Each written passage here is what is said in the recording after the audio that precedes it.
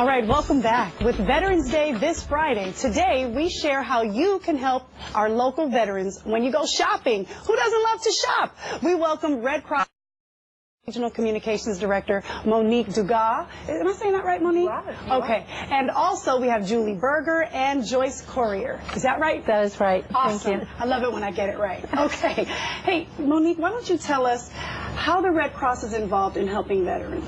In addition to helping after a disaster, that's what most people think of. Blood donation, or after a disaster, the Red Cross is there to help people to recover. But one of the most important services that we provide, and in fact one of our founding services, was help to the armed forces. So we help members of the armed forces before, during, and after deployment. So we'll provide information and resources pre-deployment, communication services during deployment, and verification if a service member needs to get home for an important life event. The American Red Cross is entrusted to provide that verification. Monique, I had no idea. Most people say that they had no idea. And then, of course, after a service member has served, when they come back, if they're in a veterans home, we will provide supplies to veterans homes, and also volunteers will come in, sometimes with service animals, to greet veterans and give some interaction. I had no clue. I'm so glad that you're sharing this and shedding light on the whole program. Because again, like you said, most people think about blood draws. I mean, that's what I thought. Right. And then I was excited, like, veterans, let's talk about this. Now, Julie, you have a story to share about how the Red Cross has impacted your life. I do. I've been a Red Cross volunteer in service to armed forces for 50 years. 50 years? 50 years. Get out of here, Miss Julie. Okay, if you say so. Go ahead. Well, and so in case you don't know how that actually works, is if a service member is deployed and the family needs to get in touch with him or her because of an emergency, a parent is dying or is critically ill, they call the Red Cross.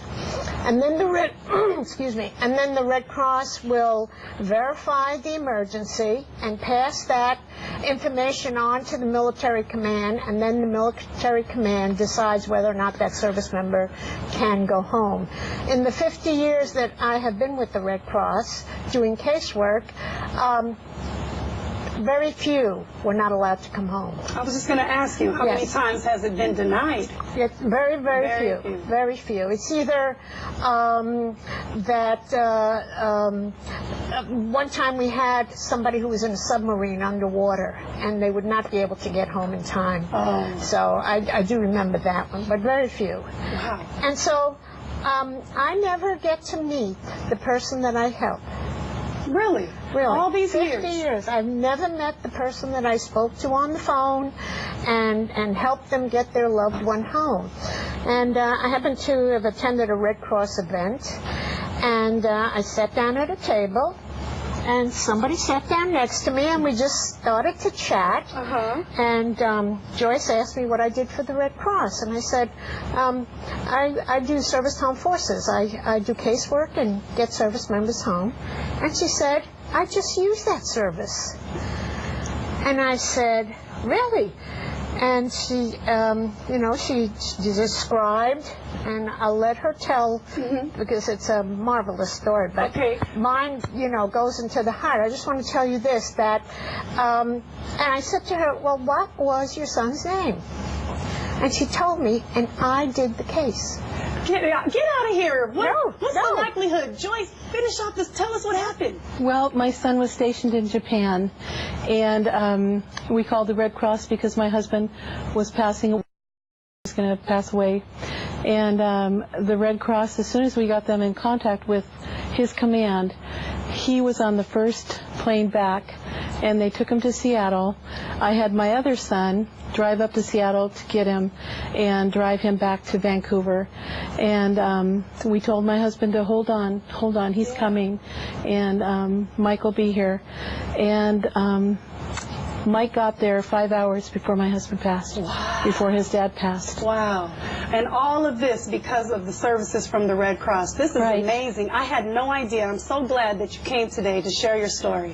Thank you so very much. The Red Cross is looking for your help.